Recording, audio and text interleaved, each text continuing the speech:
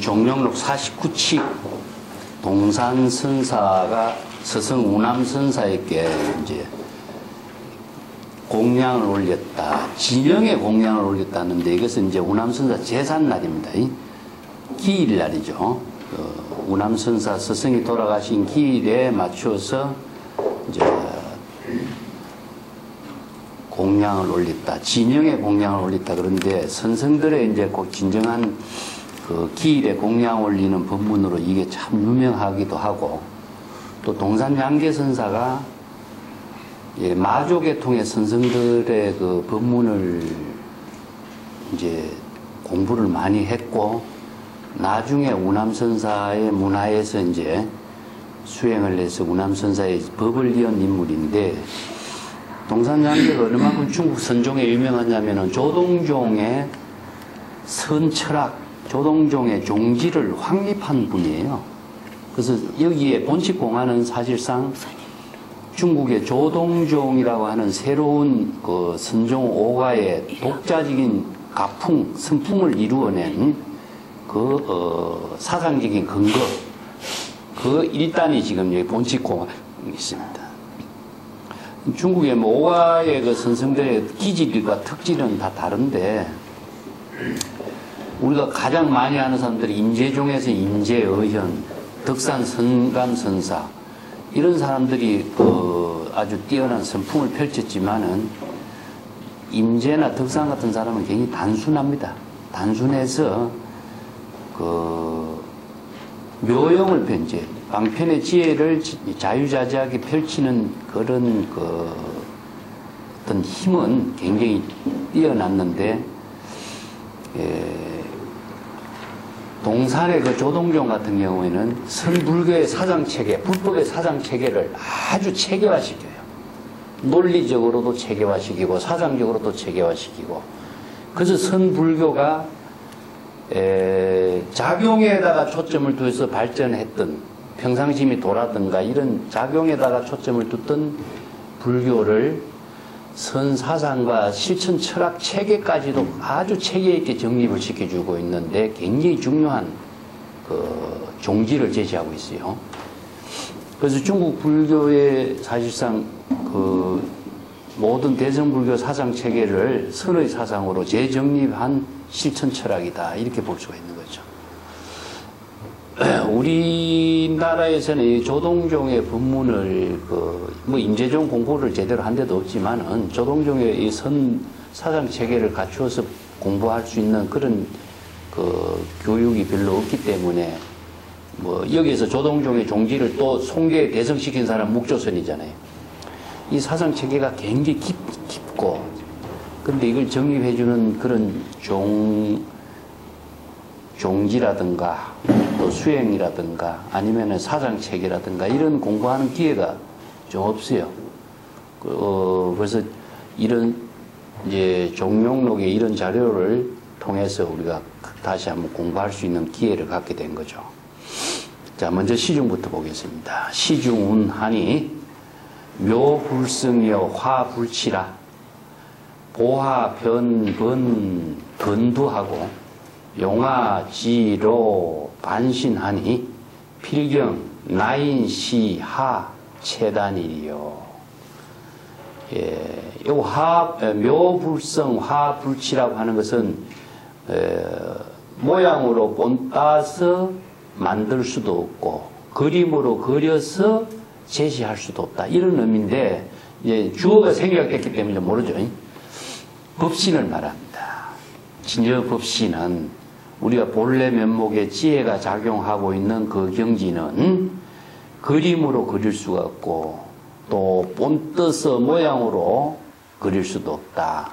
요거 이제 선에서는 불립문자, 교회별전, 언전불급 이런 그 경전에서 이런 말을 했는데, 중국 선생들은 이것을 구체적으로 제시하고 있는 것이 못 뜨고 그림으로 그릴 수도 없다, 이렇게 표현해요. 자, 이건 지혜가 작용하고 있는 생명의 진실상 그 자체는 어느 문자로서 설명할 수도 없다, 그죠? 그래서 깨달음의 세계는 어느 문자로 설명할 수 없다, 그렇습니다. 이건 이제 기실론에서는 이제 진여는 진여 법신이지. 한마디로 말해서 부처라는 뜻입니다. 부처의 지혜가 작용하는 경계는 언설, 언어. 거기에다가 부처의 지혜를 어떤 이름으로 또 붙여줘요. 명자. 부처의 지혜를 자신이 마음속으로 의식으로 대상 경계로 이해할 수도 없다. 그래서 이걸 전체적으로 불림문자라고 합니다. 불림문자 언설 불거. 아니면은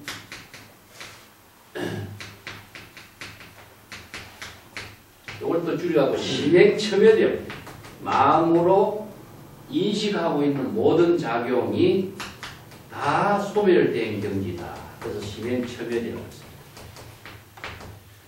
자, 이걸 이제 중국에서는 깨달음의 경지는 과거의 경지는 불림문자의 세계야. 어느 문자로서 그 세계를 이야기할 수가 없다.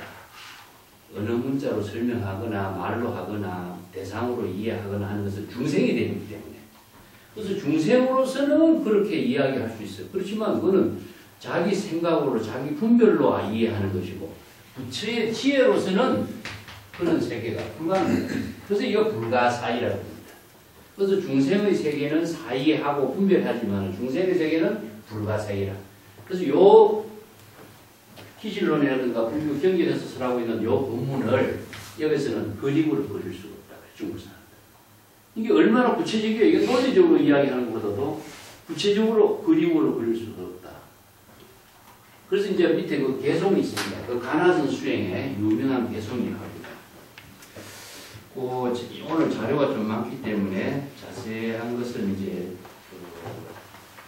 참조하시면서 보지만 특장이 넘어가면 유명한 가나선의 이 개송이 있습니다. 중간에 원호 신료에 나오는데 이 개송은 가나선을 대성시킨 사람이 누구냐 하면 오조법연선사입니다. 그래서 오조법연선사의 3대가 중국의 임재종의 종기를 이어서 가나선을 대성시켜요. 네. 오조법연,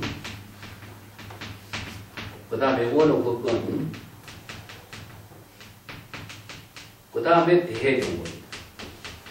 그래서 이 세 사람이 3대에 걸쳐서 가나선의 수행체계를 정립해도 쭉 내려서 무문이라고 하는 사람, 무문회계에 의해 가지고 가나선을 완성시킵니다. 그래서 무문관이라는 책은 가나선의 수행체계를 완성한 기념탑이라고 할 수 있어요. 굉장히 간단한 공안집이지만 그래서 오조법연선사, 원호법권선사 이 3대에 의해 가지고 이제 가나선의 수행체계를 정립한 것이 이 개송입니다. 이 페이지 보이죠? 일단 풍광화불성이요 통광신처진수정이라 피노소검무사 지요단만 인더서. 이 개송이 너무나 유명하기 때문에 이 개송은 많이 씁니다.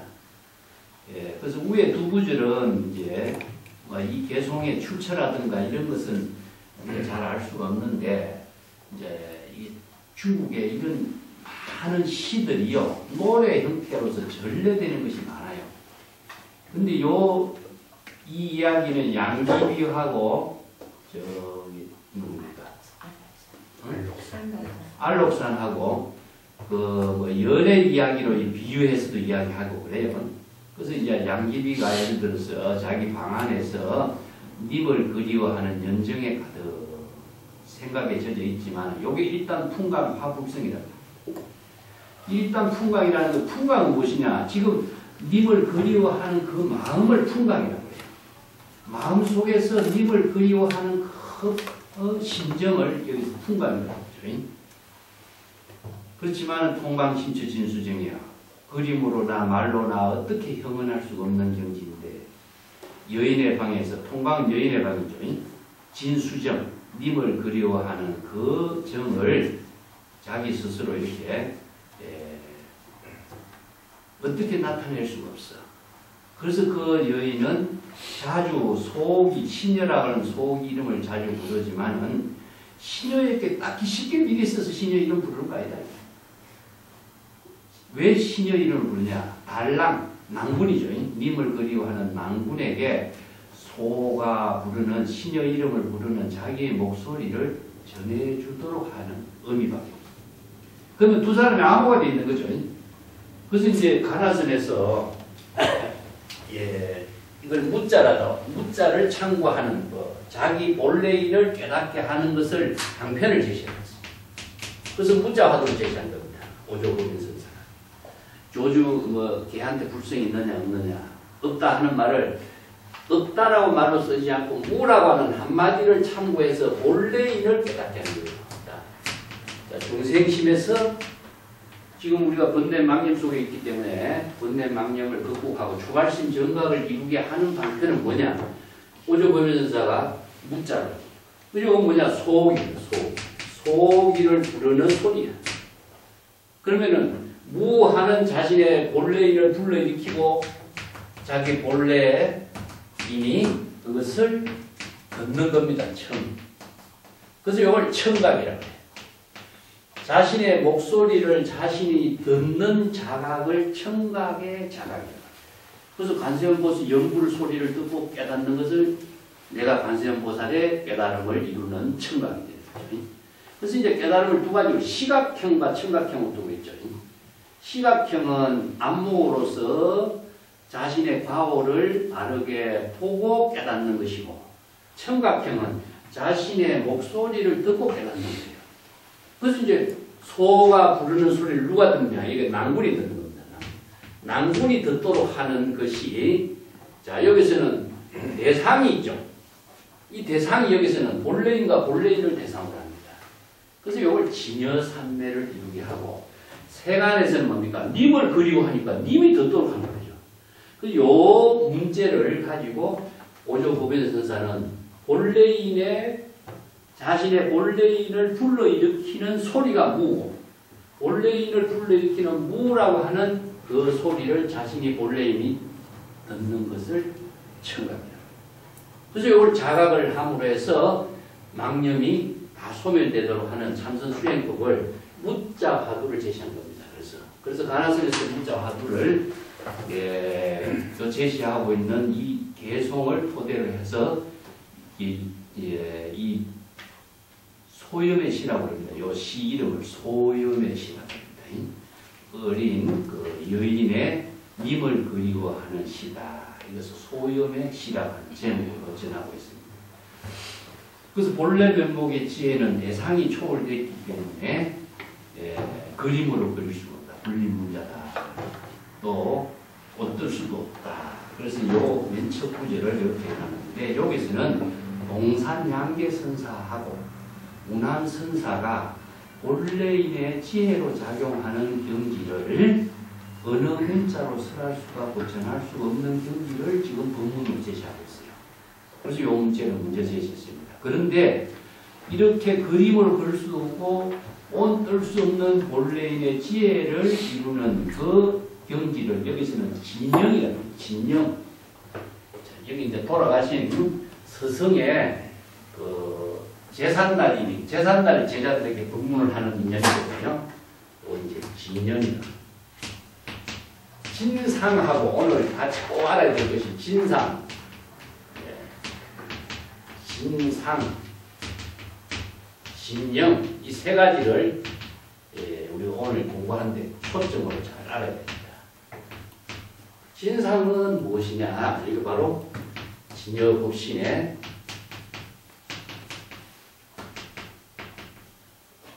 진실상, 생명작용합니다.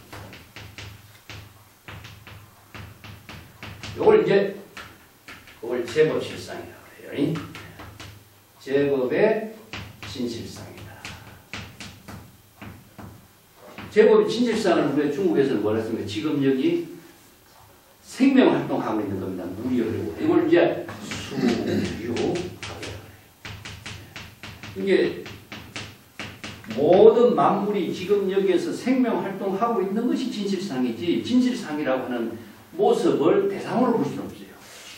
그렇기 때문에 진상. 자, 이거 똑같습니다. 진여법신의 진실상을 제법실상, 다른 말을 한다면 자연법이에요. 자연법입니다. 이 세 개가 진실상. 그래서 우리 법화경에서는 제법실상 이 한마디를 이야기합니다. 그 다음에 진상은 무엇이냐 하면은, 진여법신이 진실한 생명 활동하고 있는 모습을 상이죠. 그림을 그린 거죠. 그죠? 그건 초상화입니다. 초상화. 그래서 오늘 초상화 이야기입니다. 스승이 자기가 우리가 절에 가면 스승들이 초상화가 있죠. 세간에서도 보면 유명한 사람들의 그 초상화를 그리는데 선에서 불교에서 이야기하고 있는 초상화는 진상이라고 합니다. 초상화.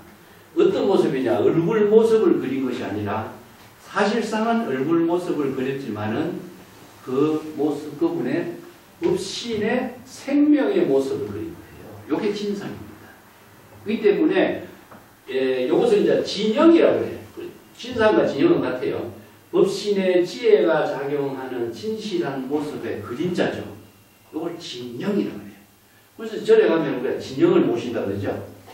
유명한 스승의 초상화를 모시는 것을 진상, 진영 이렇게 해서 모시는데 그래서 제사 스승의 진영에 공양을 올려야 된다. 그러면 공양을 어떻게 올려야 될 것인가? 오늘 주제예요.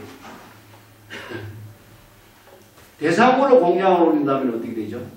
이거는 나와 남이 생겨버려요.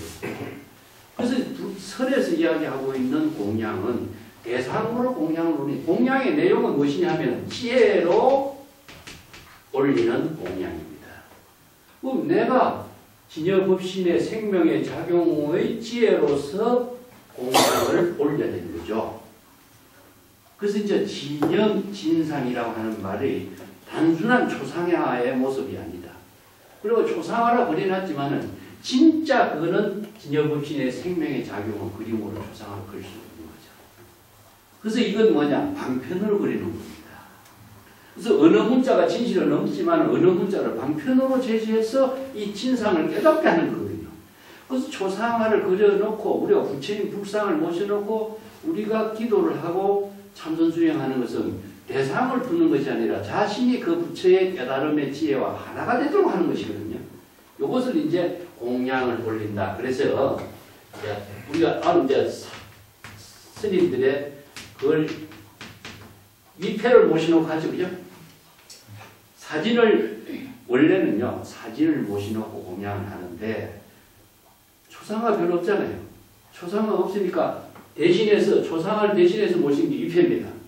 그래서 위는 무엇이냐 하면은 그분의 품위를 말합니다. 품위. 그것을 이제 진실이 된 품위를 진이라고 해요. 그분의 스승의 위대한 지혜 법신의 지혜로 작용한 모든 품은 무엇이냐? 지혜와 인격이 모두 다 이게 이루어진 그분만이 지니고 있는 독자적인 특성, 이것을 품이라고 그러거든요. 그래서 이제 스승의 진리를 모시고 공양을 올리는 거죠. 그래서 위패를 쓸 적에는 무엇이냐면은 이제 스승의 누구누구 선사 진위일성. 그래서 위패를 안 써도 되지만은 초상화가 없고 할 적에는 위패를 써서 진리를 모시는 거예요. 그런 이제 이야기가 본칙에 나오는데 주제는 여기서 이제 운암선사의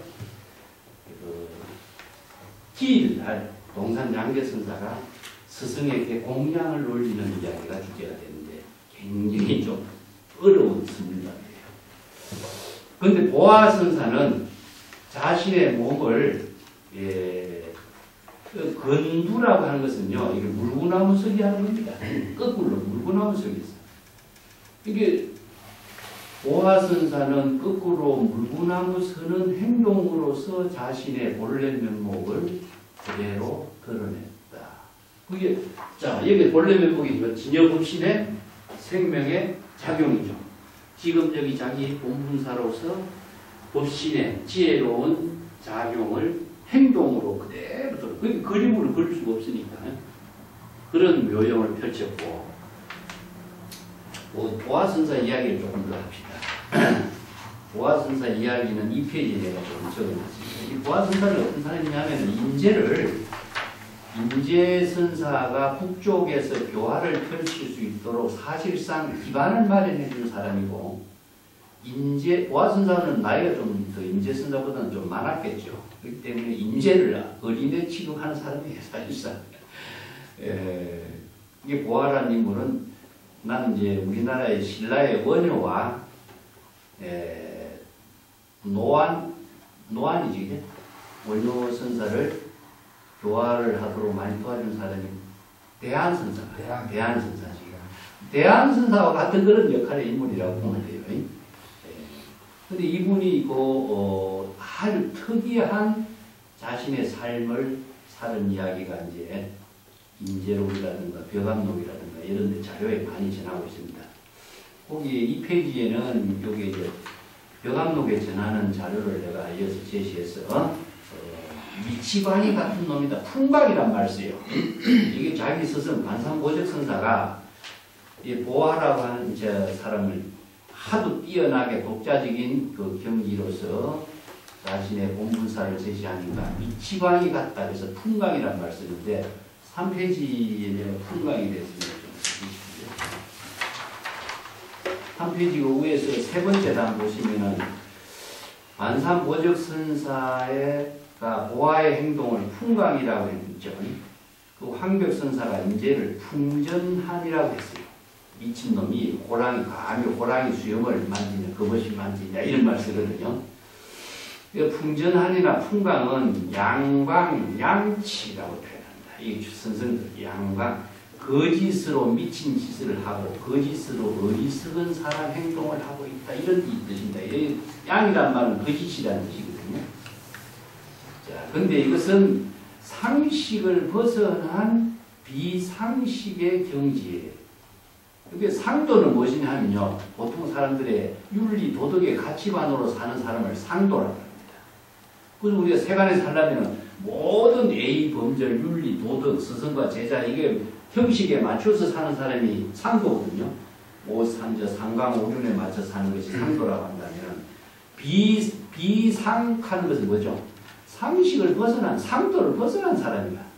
그래서 여기에서 이걸 이제 유마경에서 보살이 비도행을 해야 불도에 통달한다, 이런 말씀입니다. 여기 비도행이라는 말씀이에요.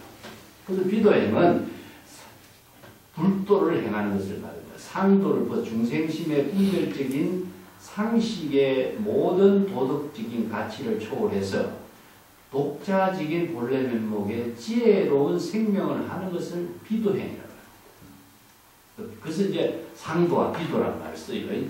그래서 이제 선생들이 풍광풍하고 어리석음처럼 하는 것은 상도를 벗어난 독자적인 안목으로 독자적인 본분사의 삶을 사는 모습을 풍광이라고 해요. 그래서 꼭 미치광이가 아니라 남이 보면 미치광이처럼 보인다 이거죠. 남이 보면 어리석인 것처럼 보죠. 유명한 노자가 노자에서 그만 하죠. 진짜로 귀한 물건은 사람 눈에 안 보인다. 꼭 필요한 사람에게 제공하고 있는 것이지 물건이 없다고 생각해야 된다. 이게 이제 노루에서도 그 공자가 아내 보고 자기 제자 아내 보고 자기 제자 아내는 사람이 이야기를 하면은 그냥 아무 말도 하지 않고 어리석은 사람처럼 보인다. 그런데 진짜 아내는 진짜 어리석은 사람이 아니라 어리석은 사람처럼 보이지만은 아내는 대단한 지혜를 가진 사람. 이렇게 이야기하죠. 그래서 연울여치라고 해요. 마치 바보 같고 어리석은 사람처럼 보일 뿐이다 이거죠. 진정한 사람은 그것을 자신의 생명으로 삶을 살 뿐이지 드러내지 않는다는 겁니다. 이게 드러내지 않는 것. 이런 경기를 이제 여기서 강조하고 있는 거죠. 그 다음에 용화선사가 만신의 몸을 드러냈다. 이런 말인데, 용화선사는 그 동산 양계선사의 제자인데, 이분이 자기 초상화를 그렸어요. 그 만신 초상화를 그렸는데, 우리가 이제, 나는 선의 역사에서 초상화 이야기가 자주 나와요. 여기서 나오고, 입적할 때 이 나오는 거 보면, 초상화를 그렸는데, 초상화를 몸 전체를 안 그리죠. 네? 초상화. 사찰에 가보세요. 초상화 얼마만큼 그렸습니까? 반신만 그립니다. 반신. 그래서 반신 초상화를 그리는 사례가 여기 나와요. 반신만, 위에만 드러내죠. 그래서 온 몸을 드러내지 않고 반신 초상화를 드러냈는데 자기 제자가 이 초상화에다가 이 개송찬을 붙여놨어요. 3페이지 중간에 보세요. 장려 광화대사가 이제 자기 스승 용화화상에 대한 초상화에다 찬을 붙여놨습니다. 해는 산마루에 걸려있고 달은 풍불개 창문에 걸려있으니 법신의 몸이 없는 것은 아니지만 법신의 지혜가 작용하는 몸이 없는 것은 아니지만 온전히 드러내고자 하지 않는다. 이것은 다 드러낼 수 없는 경지인데 이 개성이 참 어렵습니다. 요게 이 개성이 자주 쓰이는데 우리가 태양과 달이라고 하는 것은 모든 밝음과 어둠을 이야기하고 있죠. 근데 태양이 비쳤을 때 반트는 밝고 반트는 가려진 거죠. 요게 뭐냐 하면은 진실상이라는 겁니다. 태양이 우주 법계를 다 드러낸다면은 가려져 있는 부분도 있고 밝은 부분도 있잖아요. 그죠?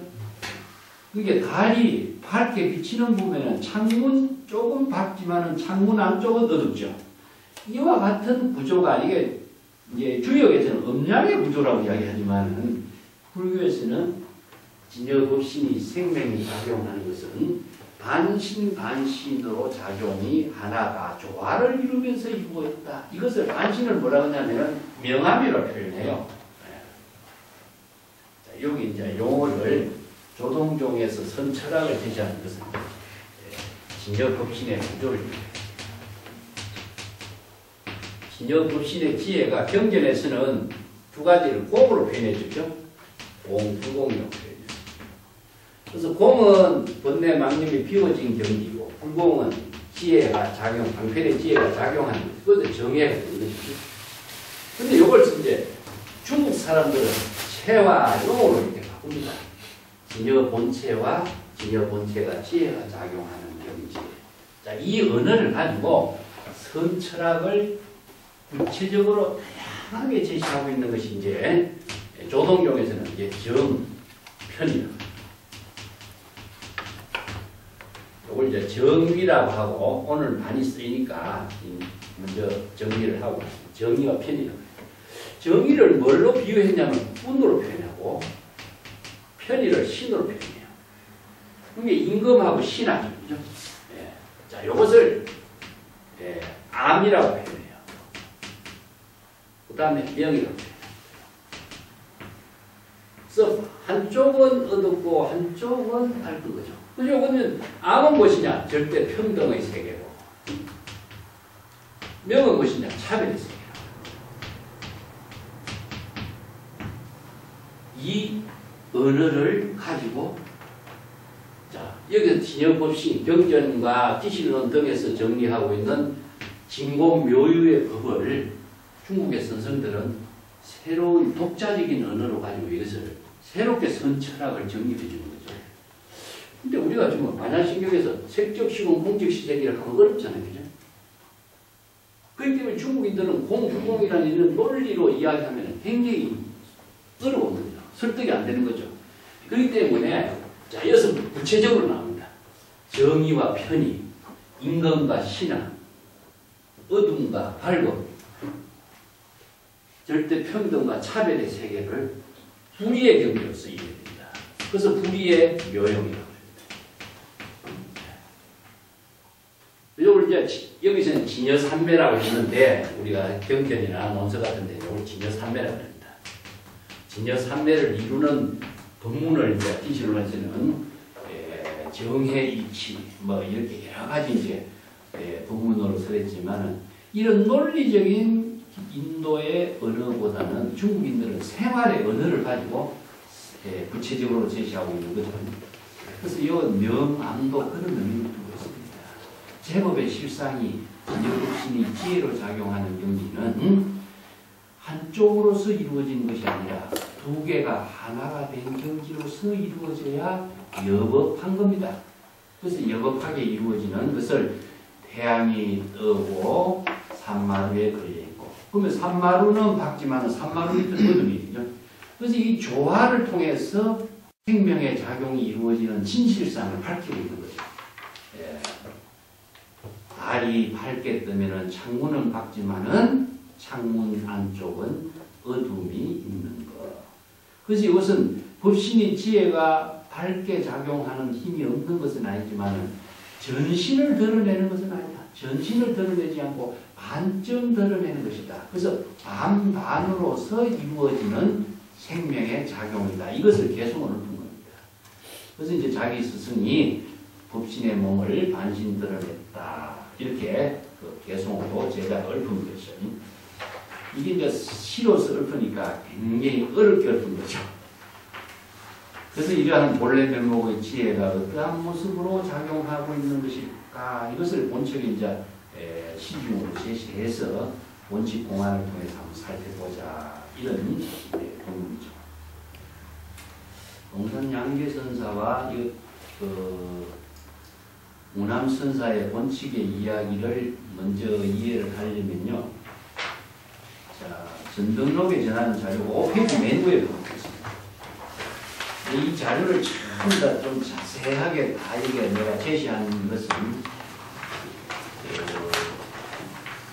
동산양계가 처음에 출가해가지고 오설산, 마조의 제자 오설산 영국선사에게 출가를 했어요.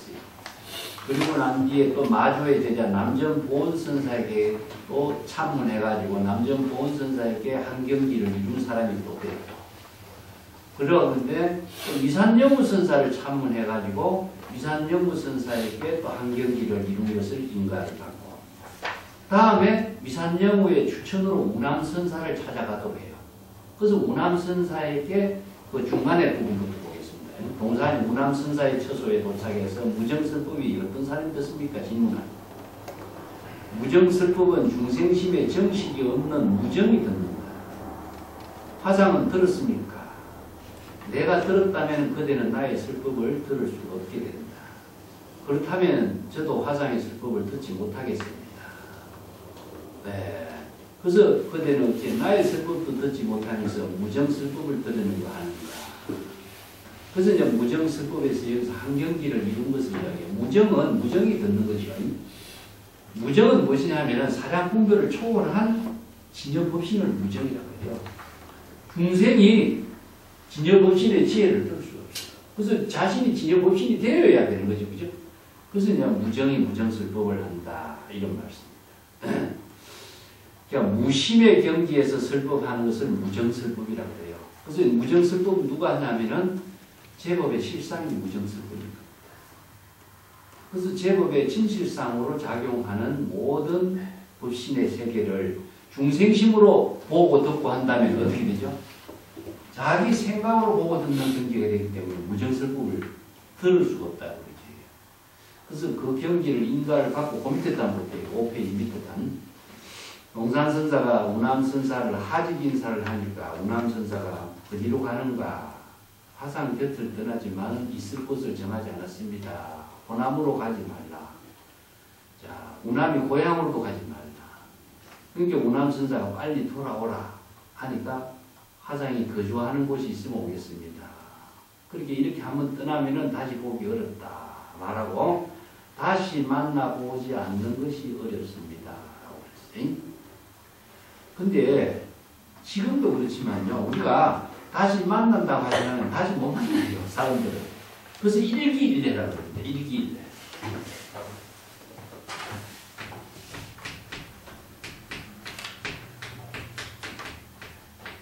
선에서는 이거 일기, 한 번의 기회에 한 번의 만남만으로 우리들의 인연은 이루어져 있어요. 절대 두 번 만날 수가 없는 구조가 되는 거죠. 그 매일 만났는데 왜 그러냐 할게요. 벌써 시간과 우리들의 본래 면목의 살림살이가 달라요. 그래서 일기일례고, 자주 만나도 그렇지만은 옛날 중국 선생들은 스승교들 한번 떠나면 못 만나요. 엄청 넓은 땅이고 많은 선생들을 찾아다니고 또 자기 그 본분사 일을 하다 보면요 못 만나는 거죠. 그래서 이제 한번 떠나면 못 만나는 이런 당시의 상황들도 이런 게 보이고 있죠. 근데 여기 밑에 단이 좀 중요합니다. 동산이 우남선사에게 질문합니다. 이게 하직 인사를 하면서 이 질문을 하는 거죠. 화상이 인적 한 100년 후에 어떤 사람이 화상의 진상을 묘사할 수 있겠는가라고 묻는다면 나는 그에게 뭐라고 대답해야 하겠습니까? 이 질문을 해요. 요 진상이란 말이 나오죠, 그죠? 요게 나오네요, 진상. 요게 뭐냐면은 화상의 초상화, 본래 면목입니다. 그게 운암선사가 뭐라고 대답하냐 하면은 곧 바로 지금 여기 자기 본분사의 일을 본래 면목의 지혜로 사는 이 노인이다. 이 말을 내가 이렇게 의역을 했기 때문에 이렇게 된 겁니다. 여기서 차계 한시 이렇게 차계 한시라고 해요. 차계는 지금 여기 자기 본분사의 지혜로운 생명으로 작용하는 노인, 사람 이런 의미예요. 그 동산이 이 말을 듣고 양구 말이 없었어요. 그래서 거기서 대답을 못한 거죠. 이건 양구는 친문이니까. 그게 운암선사라고 말합니다. 본래인이 지금 여기 자기 본분사 일을 실행하는 일에 반드시 신중하고 세밀해야 한다. 자, 이 한마디가 마지막 본문이에요. 예. 진짜 한번 보겠습니다. 그 동산이 여전히 의문 속에 잠겨있다. 근데 동산이 이 본문을 이전에 무정설법이라든가 이런 본문을 통해서 깨달음을 이루었지만 이 한마디 본문에서는 자신이 자신있게 대답할 수 있는 안목이 안 열렸어요. 그래서 이제 이 문제가 평생 자기가 행각 수행하는 하나의 화두가 된 거죠. 그래서 이제 강물을 건너다가 물속에 비친 자신의 그림자를 보고 운암선사가 설한 종지를 깨닫고 다음같이 오도송을 씁니다. 이게 과수지 인연이라고 합니다. 동산선사가 위산선사의 처소를 찾아가면서 길을 건너가다가 강을 건너가다가 강물에 비친 자신의 그림자를 보고 읊은 개성이 이 과수지 인연이라고 합니다. 결코 마음 밖에서 도를 찾지 마라. 점점 본래인과 아득하게 멀어질 뿐이니 나는 이제 홀로 독보행을 하니 곳곳에 그 본래인과 상봉한다. 그래서 그란 말이죠. 나와 그라는 두 가지 언어를 사용해요. 나, 그. 자, 이 언어가요. 굉장히 그 동산 양계의 개성이 이래서 어렵습니다. 이 그라고 하는 것은요. 본래인을 표현합니다. 자신의 본래인이죠. 나는 뭡니까? 바로 지금 수행하고 있는. 이게 자신이 자신의 본래인을 깨달아서 우리가 되면은 법신의 지혜를 이루는데 자신의 본래인을 대상으로 찾거나 대상으로 깨달으려고 한다면 뭡니까? 이 중생심에서 영원히 벗어나지 못하는 거죠.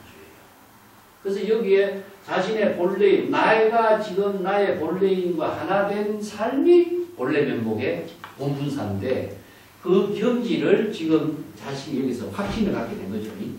나는 지금 그와 곳곳에서, 곳곳이라면서 수천작중 항상 곳곳에서 그와 만나니 그는 지금 바로 나가 아니다. 그 본래인이 바로 나이지만 나는 바로 그가 아니다. 자, 그 본래인과 나는 하나이지만은 내가 그 본래인을 대상으로 두고 있을 때는 본래인과 하나가 되지 않는 경지를 말이에요. 반드시 이와 같이 깨달아 체득해야 비로소 여여한 경지를 이루리라. 자, 이 한마디가요. 진여의 내가 수행을 대상으로 찾는다든가 부처를 대상으로 찾는다든가 부처를 대상으로 구한다든가 하면은 이거는 중생심에서 영원히 벗어나죠. 자, 내가 수행을 하지만은 본래인이 나와 하나 된 경지가 되어야 여여한 경지가 된다. 그래서 이 여여하게 지혜로 작용하는 경지를 운암선사가 설한 지금 여기 내 일을 하고 있는 그가 바로다. 이것을 자신이 깨닫고 이 오도송을 씁니다. 자, 이 문제가 이제 원칙공안의 핵심이죠.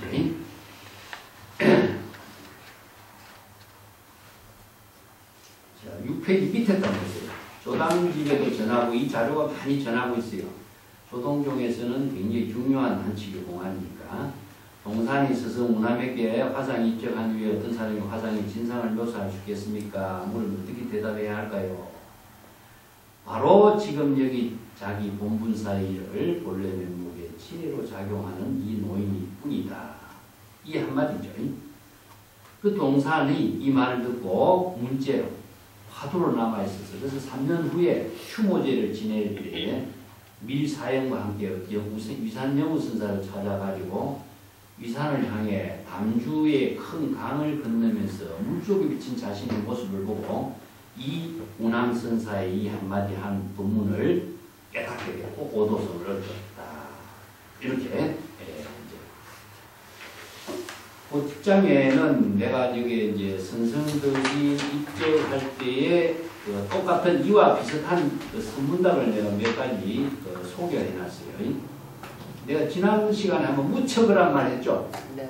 선생님, 스님 입적하고 돌아가시면 어디로 가십니까? 하니까 무척이란 말이 나오죠. 내가 여기 자료를 제시해놨어요. 갈 곳이 있으면 어떻게 돼요? 이거는 바로 대상을 추구하는 중생에서 벗어나지고 무척은 뭐냐? 법계와 하나된 경지죠. 그래서 진여법시는 법계와 하나된 경지죠. 법계 일상이라고 합니다. 근데 법계 일상의 세계에 내가 진여 삼매를 이루면은 법계 일상의 세계에 일체 재불 조사와 불의의 경지를 이루어요. 그렇기 때문에 갈 곳이 없는 거죠. 그죠? 갈 곳이 없다라고 하는 것 자체는 갈 곳이 없어야 재불 법신과 하나된 깨달음의 세계를 이루는데 갈 곳이 있으면은 하나의 대상이 경계에서 자기가 중생 목적을 추구하는 존재로 전락되는 거죠. 그래서 대도문이라고 하는 거. 문이 없어야 대도와 하나가 된 경계가 되는데 하나의 문을 추구하면은 대도와는 멀어지는 경우가 똑같은 거죠. 그래서 전체적으로 불교에서는 이 진여법신의 지혜를 이루는 경지를 뭐 부처라고 하고 열애라고 하지만은 부처나 열애라고 하는 이 경지를 우리가 구체적인 일상생활 속에서 자신의 본분사를 어떻게 실행할 것인가 하는 것이 중국의 선생들의 선문답이고 또 대화였다 하는 거죠. 본칙에 들어갑시다.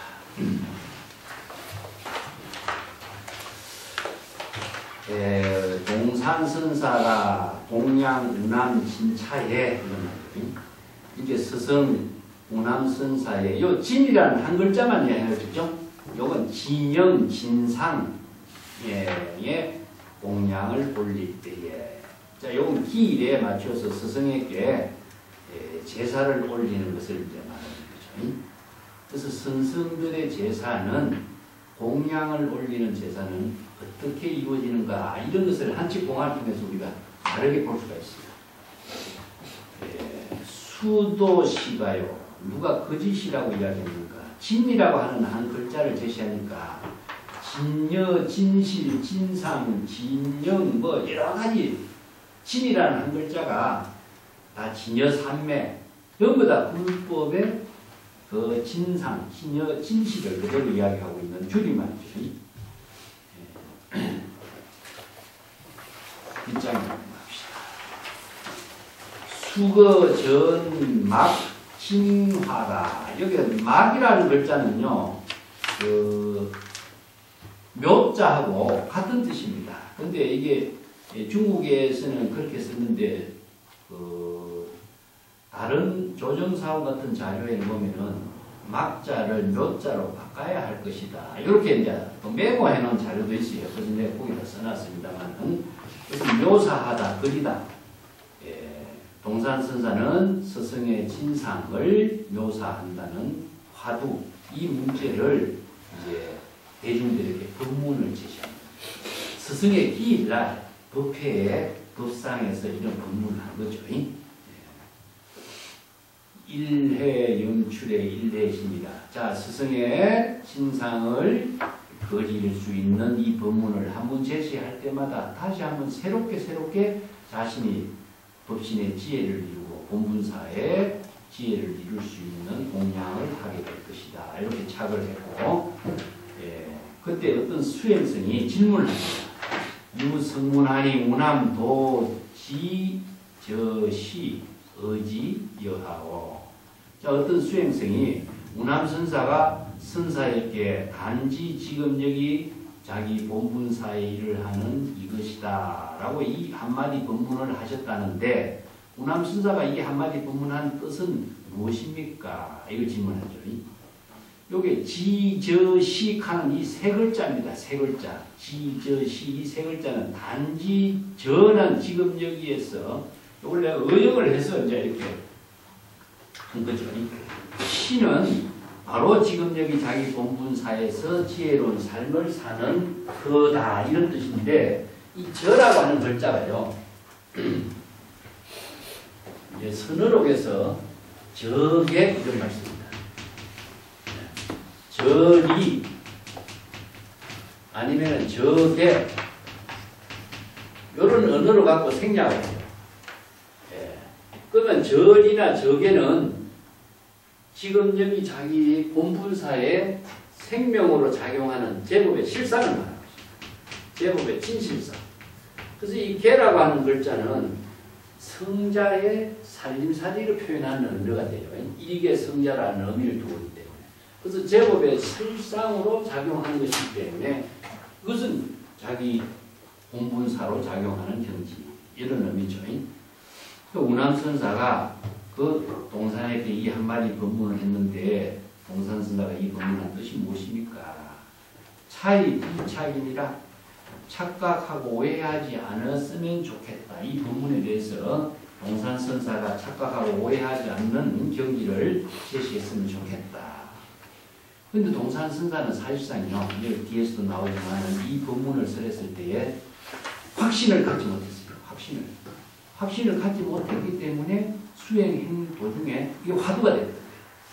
그런데 이것이 자신을 진정 확신을 갖고 깨닫게 하는 하나의 인연이 됐어요.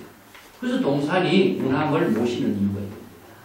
그래서 제자가 스승을 모시는 것은 자신의 안목을 체득하게 한 그 스승을 법사로 모셔요.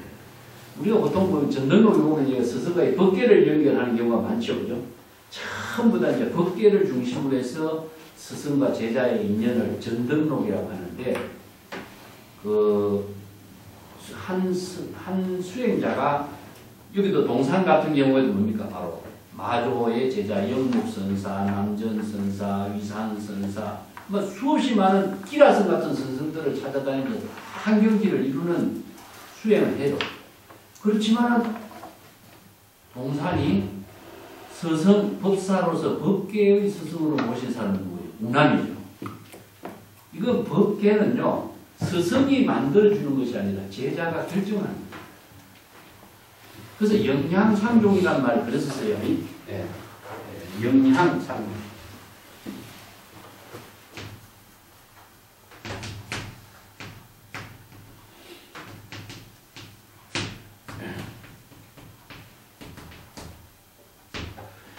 영향이라고 하는 것은 이게 스승이 제자에게 주는 힘을 우리가 영향이라고 이야기하죠. 그죠? 그런데 스승과 제자가 서로 그림자와 소리가 서로 다르는 것은 위에서 내려주는 힘이 아니라 밑에서 땡기는 힘이에요. 스승이 아무리 때려주고 싶어도 제자가 자신이 수용을 하지 못하면 이걸 성당이라고 그러는데, 수용하지 못하면 소용이 없어요. 그렇기 때문에 법계의 영역이라는 것은 스승의 영향이 아니라 제자가 그 스승의 영향을 얻은 만큼 수용했느냐에 결정돼요. 그래서 이제 영향상종은 물론 스승이 그런 지혜와 덕을 갖추지 않으면 제자가 누가 따르겠어요. 그렇지만 제자가 이것을 수용하는 힘이 어디에 있느냐, 힘의 중심은 제자에게 있다 이겁니다. 그 우리가 여시하면 신수봉행하죠, 그죠? 여기 성당이라는 것은 신수봉행하는 겁니다. 확실하게 자기 자신이 받아들여가지고 받들어서 자신의 지혜로운 삶으로 이루어 나가는 힘을, 그래서 여시하문을 아무리 해도 신수봉행하는 힘이 없으면은 이것은 지식으로만 남해밖에 없어요. 그래서 이제 중국 선생들은 여시아문 신수 동행하는 말을 성당이라고 해요. 이건 뭐냐? 검정이라는 뜻입니다. 자기가 확신을 체득하게 하는 힘이 어디에 있느냐에 따라서 법계가 달라져 버려요. 그래서 수없이 스승을 찾아다니지만은 자기에게 결정적인 영향을 주는 스승이 자기에게는 법계가 되는 거죠. 이게 동산이 그런 것이죠. 그래서 그 뒷장에는 보고 있습니다. 10페이지에 동산 양계가 당시에 기착해 선사이로다. 나는 그때에 우남선사가 나에게 그렇게 설법했을 때에 기착이라는 것은 약간 잘못 이해했었다 이런 뜻입니다. 누구의 말? 선사의 설법한 뜻을 내가 잠깐 약간 잘못 이해하고 있었다. 이건 뭐냐면은 확신을 갖지 못했기 때문에 그래서 양보를 하는 거예요. 침묵을 치는 거예요. 말을 하지 못하고 대답을 하지 못하고 나는 그때 약간 잘못 이해하고 있었다. 스승의 뜻을 이런 스승이 한 말 뜻을 이방인이요 자기에게서 남에게 자기가 그때 생각을 가지고 견주는 쪽으로 이런 착오를 벌였습니다. 그때 그 수행생이 뭐라고 또 짓느냐면 성운 미신이 우남 한지유양과 참 이상합니다. 과연 우남선사는 본문사에 지혜로운 작용이 있다는 사실을 알고 있었을까요? 이 지유와 부지유가 나옵니다. 지유와 부지유. 이 말이 또 이제 이 한치 공안을 이해하는 키워드가 되거든요.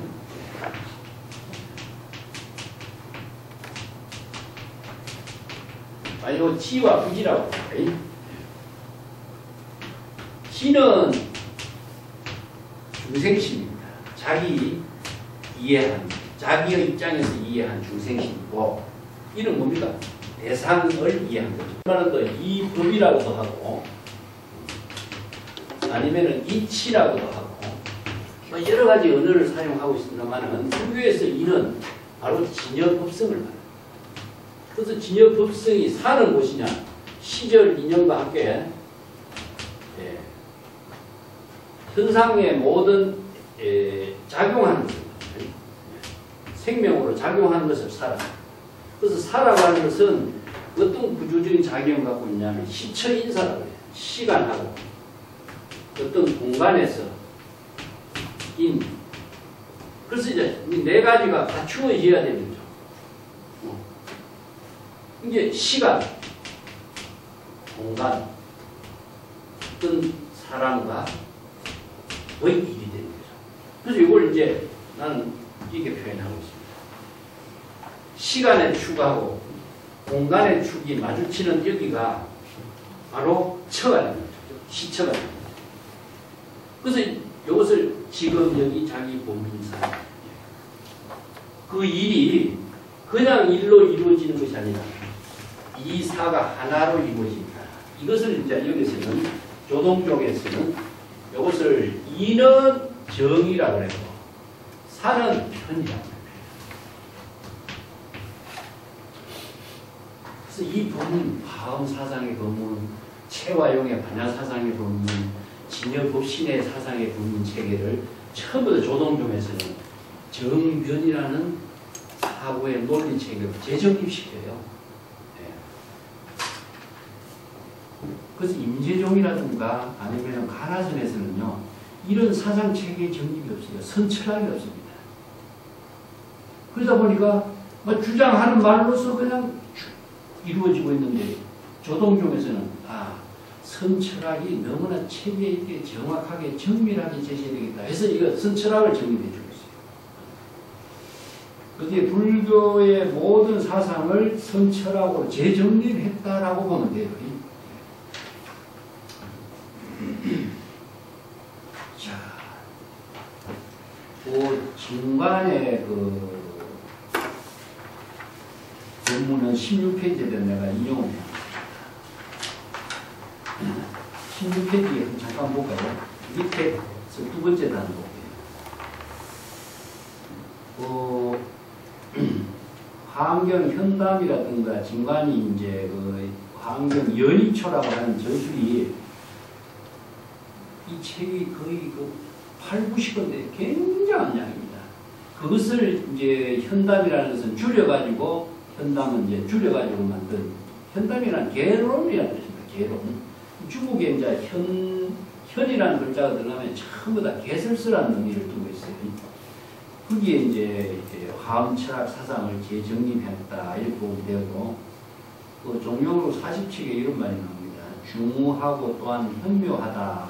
이 말은 이제 진관의 연이초에서도 노자의 현, 우현, 중요지문이란 말을 인용해서 하나의 진실한 법계는 현묘한 본체요. 그 본초의 실상이 중묘가 됩니다. 이렇게 해설한 부분이 있어요. 그래서 이 말을 여기에도 그대로 사용한 것으로 이렇게 보고 있습니다.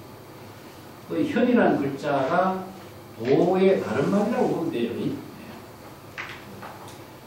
그 다음에 17페이지는 조동종의 그 경대라고 하는 이런 용어가 나와가지고 조동종의 오이의 정직을 하는 이해하기 위해서 내가 조금 거기다가 적었습니다. 그래서 조동종의 정편 오이설의 사상 체계를 이렇게 논리적으로 체계 있게 수행 체계나 또 진여 법신이 지혜로 작용하는 경지를 이렇게 정립시켜주고 있어요. 그게 이제 성철학의 핵심이라고 볼 수 있는 거죠. 그래서 동산양계의 오이설이라고 하는데요. 거기 이제 자세한 것보다도 요약해가지고 조금 이해할 필요가 있으니까 천천히 읽어보시고 그럼 17페이지 원문이 끝나서 18쪽으로 보겠습니다. 동산양계선사가 당나라 선종 대중 말년에 처음으로 신풍 백길에 거주를 했다. 이 선종은 해창 파불이 지난 이후에 이제 황제가 되었죠. 그죠? 선종이 잠시 출가를 했었어요. 출가를 해가지고 마조의 제자 영관제한선사 문화에서 행자로 잠깐 행자로 생활하다가 나중에 이제 황제가 되었어. 그래서 이제 선종이 즉위를 하면서 해창 파불로 됐던 불교의 모든 그 정책을 싹 바꿔옵니다. 그래서 불교 구원운동을 다시 일으켜서 선종이 이제 평화를 이루게 했던 황제죠. 그 이후에 예장 과년 동산으로 거처를 옮겨 동산 제1세 대산도가 되었고 그때 스승 운암선사의 기일에 제를 올리게 된 인연이다. 그때 어떤 수행승이 선사는 운암선사에게 어떤 가르침을 받았습니까? 질문하니까 나는 선사의 처소에서 수행했으나 운암선사가 설한 지시 법문에 빠지진 않았다. 그 어느 문자를 나는 짊어지고 다니지는 사람은 아니다. 이런 뜻입니다. 다시 그러면 스승에게 왜 제를 올립니까? 동산은 감히 스승의 덕에 이래할 수야 있겠는가? 화상께서는 남전선사의 문화에서 수행의 깨달음을 체득했는데 어찌 무남선사의 제를 올립니까? 하니까 나는 스승의 도덕이나 성법을 소중히 여기는 것은 아니다. 다만 무남선사가 나에게 설해주지 않는 그 뜻을 소중히 여긴다. 자, 여기서 수행생이 다시 스승의 화상께서는 스승의 법을 개성했는데 무남선사를 인정하십니까? 동사는 반은 인정하고 반은 인정하지 않는다. 어째서 전부 인정하지 않고 반은 인정합니까? 동산이 내가 만약에 전부 인정한다면 스승의 뜻을 저버리는 것이다. 이게 선성의 정신이에요. 이게 스승의 덕을, 스승의 가르침을 중요시 여기지 스승의 뭐 모든 모습이라든가 말이라든가 이런 걸 중요시 하는 거죠. 이게 이제 스승의 언어라든가 뭐 스승의 덕이라든가 스승의 모습을 의식하고 있으면 중생이 되겠죠. 그래서 독보적인 삶을 사는 경지를 이루도록 제시해주는 사람이 누구냐? 스승이라는 거죠. 그래서 스승은 정말 그 산파 역할을 하는 겁니다. 산파 역할. 제자의 능력을 일깨워주는 사람이 스승이지 스승의 모습이 제자의 마음속에 그림자로, 언어가 그림자로 남아있도록 하는 것은 스승이 아니다. 그런 것이 이제 선의 정신이에요. 근데 세간에서는 안 그렇잖아요. 세간에서는 그 모습이 항상 그려져 있고 그 말씀이 항상 기억되도록 하는 거죠. 이것이 이제 세간의 지혜와 세간의 지혜의 차이라고 할 수 있는 거죠. 19쪽으로 갑시다. 무남선사가 20년 동안 백장산에서 백장해 선사의 문화에 수행했지만 뒤에는 약산 노선사의 선법을 이었고 동산도 역시 남정 보원선사 문화에 수행해서 한경지의 깨달음을 체득했지만 그 뒤에 무남 담성선사의 선법을 개선하게 되었다. 무남이나 동산 한결같이 새 싹을 바꾸어 건성시키며 정밀한 조동 선법의 신령스러운 뿌리를 견고하게 했다. 이 조동종의 종기를 그런 뿌리를 이야기합니다. 그 위에 동산선사는 제자 운거도의 5대 법손이 되는 부용 노예선사회가 출연해서 조동종의 종기를 준시켰고 천동갱지시대에 이르러서 비로소 조동종이 분명한 종기를 문체로 구비하게 되었다. 어떤 것이 조동종의 종기를 문체로 구비한 것입니다. 이게 이제 천동갱지선사만큼 뛰어난 개송으로 조동종의 종기를 제시한 사람이 없다 이런 뜻입니다. 그래서 문체라고 하는 말이죠. 어느 문자로 드러낸 거죠. 조동종의 종기를 개송으로 최상의 지혜의 개송으로 편 사람은 천동갱지다. 이건 이야기입니다. 개송을 보겠습니다. 쟁해 인마도 이건 이제 동산이 앞에서 설한 법문을 그대로 개송을 해봤어요. 어찌 그렇게 말할 수가 있겠는가? 무남선사가 불법을 알지 못한 사람이라면 멍청한 사람이 어떻게 그런 본분사의 지혜를 이루게 하는 불법의 대의를, 핵심적인 대의를 그렇게 설할 수가 있겠는가? 이 지저식하는 이 한마디를 일구라 그래요. 일구. 선생들의 법문이 강사들은 자세하게 여러 가지로 설명을 하지만 선생들의 법문은 아주 일구라 그래요. 일구. 그래서 이제 일구, 일전어 그걸 이제 마루 일구라고 해요. 마루라고 하는 것은 궁극적인 한마디. 그래서 뭐 딴 말이 필요 없어요. 이 한마디로서 이걸 이제 선생들이 십성을 깊이 한다 이런 말씀입니다. 십성을 깊이 한다. 이런 말이 이제 조동종에서 쓰는 말인데 십성이라는 것은 완전한 거죠. 그죠? 그래서 십성을 깊이 하는 것은 뭐냐? 8알만 이야기해라. 8분만 이야기해라. 아니면은 반절만 이야기해라. 이 두 가지입니다. 전체를 다 이야기한다는 것은 교육을 망치는 거다. 그래서 반을 이야기하면은 반은 본인이 깨닫게 해주는. 그래서 계시오임이라는 것은 반은 제시해주고 반은 본인이 깨닫도록 해주는 것이 교육이지 전체를 이야기하면은 제자 교육을 망치는 게다. 이게 교계라고 해요. 제자 교육을 망친다. 교육을 망쳐갖고 인간을 못 쓰게 해버린다. 이게 교계라고 합니다. 이런 정신을 갖고 있어요. 그래서 일구라든가 마루 일구라든가 일전어라든가 결정적인 한마디로서 자신이 이 하나의 문제를 참고해서 자신이 깨달아 체득하도록 제시해 주는 거죠. 그래서 스승의 법문을 듣고 스승의 제자들은 그 법문을 끊임없이 참고하면서 동산과 같이 물을 건너다가 깨닫는 이런 인연을 갖게 되는 그 교육식입니다. 안목이 어떻다라면 어떻게 이런 법문을 설할 수가 있겠는가? 앞니 추 행골이 이 목구멍에 걸린 가시를 제거했다. 목구멍에 가시가 있으면 어떻습니까? 우리가 먹을 수도 없고 아무 일도 할 수 없죠. 그죠? 그래서 이 한마디 법문은 목구멍에 가시를 제거해 주는 것과 같은 이야기다. 21쪽으로 보겠습니다. 오갱제창가인효요. 오갱은 새벽이죠, 그죠?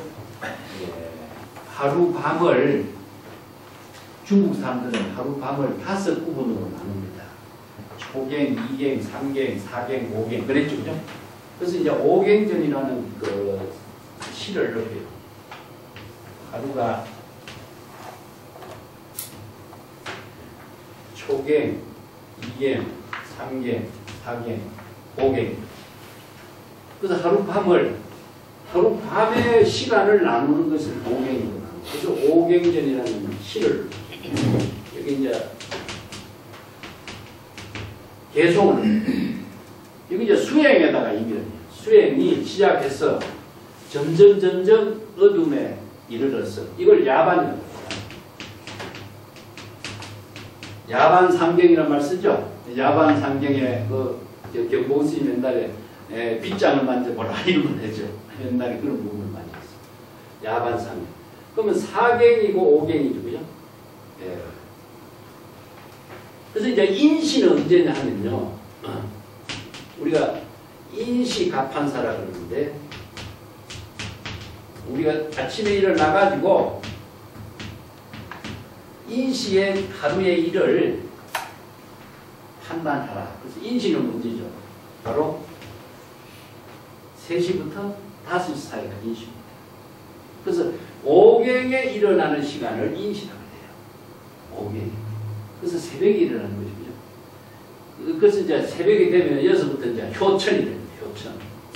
그래서 원효가 이 효라는 말씀이야.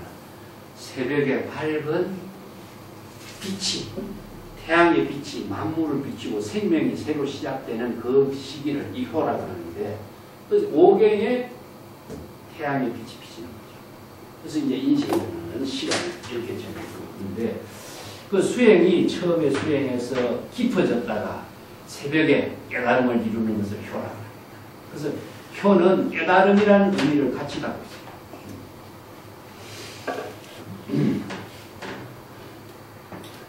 거모가 동상이요. 그렇기 때문에 오경이, 거모는 태양이죠, 그죠?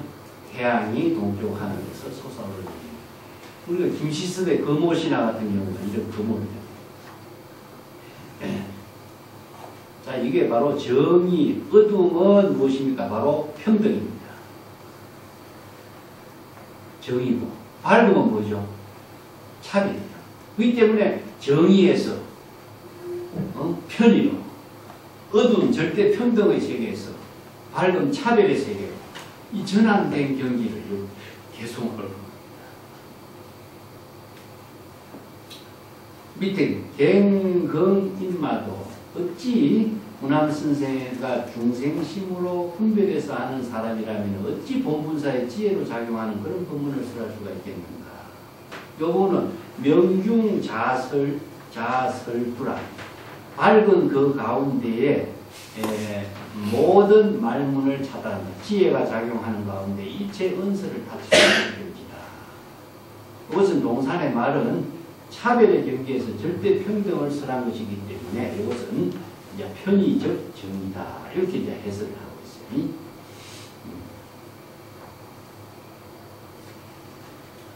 천년 하겨 운송을, 이 개성은 참 아름답게 읊었는데 참 어려운 개성입니다. 이 천년의 학은 운송이란 말은 어렵죠, 그죠? 구름까지 높이 솟은 소나무란 뜻입니다. 그 운송이라는 이런 표현을 써요. 이 포박자에서 이제 천년의 학이라는 말이 나오는데, 구름까지 높이 솟은 소나무 꼭대기에 홀로 외롭게 앉아있는 학이에요. 이 학은 뭡니까? 절대 깨달음의 세계를 얘기해요. 일체 세간의 차별 세계를 초월한 그 깨달음의 세계에 고고하게 독자적인 본분사의 지혜로운 삶을 사는 모습을, 이렇게 소나무 끝에 있는 넓은 학, 여기서 넓다라고 하는 것은요, 아주 무르익었다, 그런 의미죠. 그런 경지에 삶을 살고 있는 모습입니다. 이 운송이라든가 내가 22쪽에서 설명했습니다만 운송, 노송, 청송, 백탁 이런 말은요 전부 다 시어입니다. 시어인데 그 현실의 모든 세계에서는 상상할 수 없는 경지. 이게 중국인들은요 이상적인 세계로만 추상적으로 보지 않고 구체적인 현실 속에서 그 세계를 표현하려고 하고 있습니다. 이게 이제 중국인들의 하나의 그 언어라고 하시는데 인도의 언어는 어떻습니까? 자 여기서 법계라고 하는 이 언어를 제시하면 법계라는 세계가 너무나 상상의 세계들이죠. 우리가 감이 안 오는 거죠. 어떤 세계인지. 뭐 공의 세계, 불공의 세계 이런 말도 마찬가지입니다. 중국인들은 구체성입니다. 이게 이제 중국의 부산성이라고 합니다. 구체적인 현상의 모든 사물을 토대로 해서 진실을 깨닫도록 하고 진실의 삶을 이해하도록 하는 시를 그렇게 시가 표현하는 시도 이상적인 상상의 세계가 아니라 구상성에 있는 시로 제시하고 있습니다. 그러다 보니까 전부 다 이런 표현들을 다양하게 제시하고 보감, 증명, 정편이요. 이 개성에 주목을 하시기 바랍니다. 이 보배의 거불이거든요. 근데 그냥 거불이 아니라 보배의 거불은 우리들의 진여 본심의 지혜로 작용하는 거불입니다. 그래서 보경이라 그래요. 동산이 보경이라는 걸 씁니다. 보배의 거불.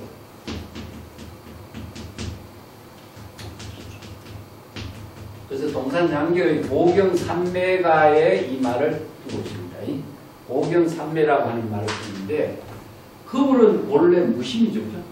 그래서 우리들의 마음의 진여 본심은 무심의 경지에서 모든 사물을 있는 그대로 비추기도 하고 모든 사물을 거부하기도 합니다.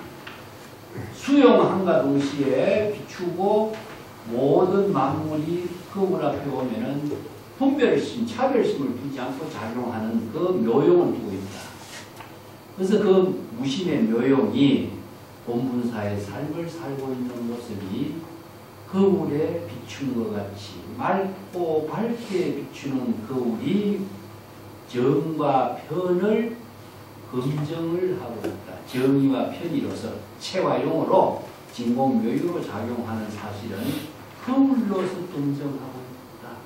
자, 우리가 그렇게 이야기합니다. 이 정편이라는 말을 이제 조동경에서 종기로 썼기 때문에 거기서 그렇게 읊었는데 거울이 무심하게 작용해서 모든 대상, 자의식과 대상 경계에 차별 분별심을 하지 않고 무심의 지혜로 작용하고 있는 그 세계를 그대로 증명해주고 있는 거 아닙니까?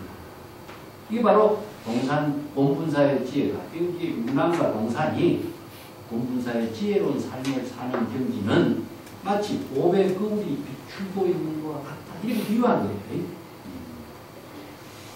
사공정료여, 사는 현상의 모든 사실이 다 궁극적인 경지에서 기묘하게 이루어지고 있는 모습이다.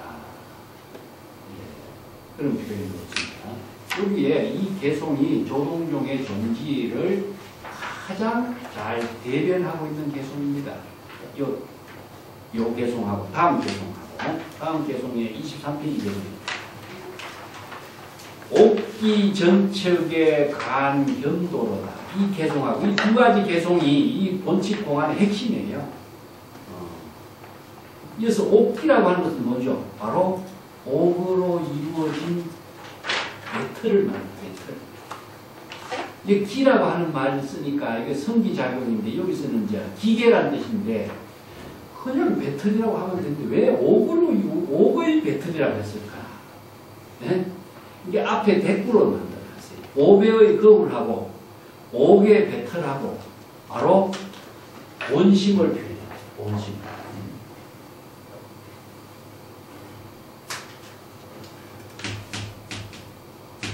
오감이라고 했죠.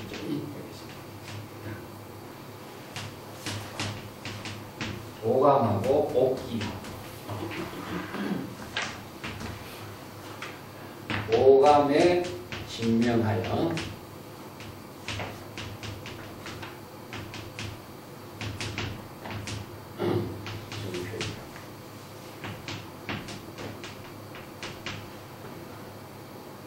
여기가 전체가요.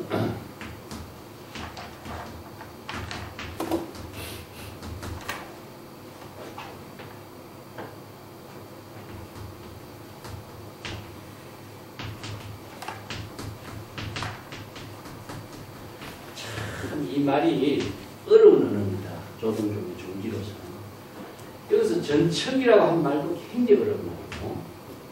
자, 이게 보배의 거울이 맑고 밝게 비추면서 뭐냐? 정과 편이 우리의 묘용으로 작용하고 있는 그 사실을 증명하고 있어요. 이게 뭐냐? 이게 보배의 거울 우리가 우리의 본심입니다. 본심이 무심하게 작용함으로 해서 무심하게 작용하는 가운데 어떻게 이루느냐? 체와 용이 본심의 무심의 작용으로 이루어지고 있다는 거죠. 근데 보통 보면 이제 불교의 사상에서 이걸 법이라고 해요. 중국에서는 무의자연이라고 한 데는 법이 없어요. 그냥 무의자연일 뿐이에요. 근데 불교에서는 진여법신의 지혜로 작용하는 세계를 얻기 때문에 정과 편이라는 이 논리를 제시하는 겁니다. 그래서 이제 불교 사상에서만이 공과 불공, 체와 용, 정변 이 논리를 제시해 주고 있어요. 그냥 이루어지는 것이 아니라 여법하고 여실하게 작용하고 있다는 사실을 가지고. 그렇지 않으면은요, 무심의 경지라고 하는 말을 기준을 설정할 수 없어요. 그래서 노장자에서 무의자연이란 말하고 불교에서 무심이란 말의 차이는 무엇이냐? 정과 편이 뒷받침해주고 있기 때문에 달라요. 논리가 있는 거죠. 그래서 진여 법신이 지혜로 작용하고 있는 법의 체계가 불교 사상의 본질이기 때문에 정편을 내세우는 겁니다. 체와 용, 공과 불공 이 논리가 정확하지 않으면은 이것이 뭐냐? 사가 되는 거죠. 그러니까 불의의 묘용으로 여법하게 작용하고 있는 사실을 개소문을 내는 거죠. 이게 바로 선천학적인 토대 위에 이루어진 선사상입니다. 그래서 이것을 분명하게 제시해주고 있는 사람이 조동종의 종지입니다. 그 다음에 밑에 옥기라고 하는 말은 이 옥이라든가 보라고 하는 말은요 굉장히 수식어인데 그냥 배틀 기객하면요 지혜가 작용하고 있는 불가사의한 묘용의 세계가 드러나잖아요. 그렇기 때문에 진여 본심이 이것을 체로 본체의 묘용으로서 제시합니다. 요건 전척은 무엇이냐 하면 배틀의 푹실을 뭐라 하냐면 사라고 합니다. 사라고 하는데 요건 푹이라고 합니다. 배를 짤 적에 요건 배틀이죠. 배틀에다가 배를 짤 적에 푹에다가 푹실을 넣죠. 푹실을 넣는 것을 전척은 좌우로 왕래하는 것을 전척이라고 합니다. 배틀의 푹을 가지고 좌우로 왕래하면서 한올 배를 짜는 그 작용을 옥기 전척이라고 해요. 그러면 우리가 이건 체죠. 용이고 이것도 체고 이것도 용입니다. 이러한 체와 용이 작용하는 가운데에 체와 용이 어떻게 작용하고 있는가 구체적으로 정의와 편의가 함께 이루어지고 있다는 사실을 증명하는 모습을 우리는 본분사의 묘용에서 제시한다는 뜻이죠. 그 다음에 여기도 옥의 틀로서 배를 짜고 푹실이 좌우로 왕래하면서 한올 배를 짜는 그 가운데에 경도를 본다. 경도라고 하는 것은 뭐냐면은 정편이 이것도 불의의 묘용으로 이루어진 것을 경도라고 합니다. 그러한 사실을 여실하게 볼 수가 있다. 자, 운암과 동산이 이 서문답을 나누는 이 법문 가운데는 이런 지혜가 작용하고 있다는 사실을 밝히고 있다는 겁니다. 천동경기가 아니면 이 개성을 엎어냈습니다. 그래서 이 한칙의 공안의 핵심은 이 개성을 통해서 아주 잘 드러내고 있습니다. 안목도 있어야 되지만 시적으로 이렇게 표현해서 제자들에게 설할 수 있는 방편의 능력이 없으면 이렇게 할 수가 있어요. 그래서 이 이 한 척의 공안에서 이 두 개의 배송이 핵심을 이루는 거예요, 지금.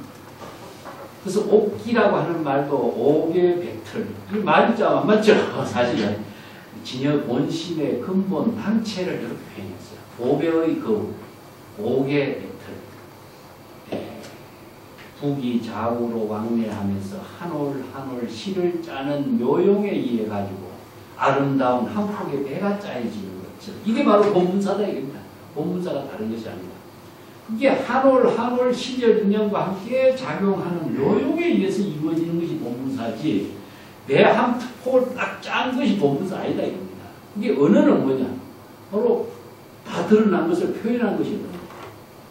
그렇기 때문에 본문사는 시절 인연과 함께 지혜의 생명이 작용하고 있는 것이 본문사다. 그것을 지금 걸 풀고 참 재미나는 배송이기 때문에 이건 음미하고 이 음미하는 것 자체가 우리가 참 이 그 세계와 하나된 경지를 이루는 수행이 되는 거죠. 만송이자 교호 명중 아니로다. 자, 여기 이제 밝음은 차별이죠, 그죠? 암은 평등입니다. 밝음과 어둠이 서로 교차하면서 생명의 작용이 이루어지고 있는 세계다. 이런 의미죠. 그래서 명암 아니면은 평등과 차별, 원심과 지혜작용, 체화용 이런 것을 이제 제시한 거죠. 그 23페이지 맨 밑에 한번 볼게요.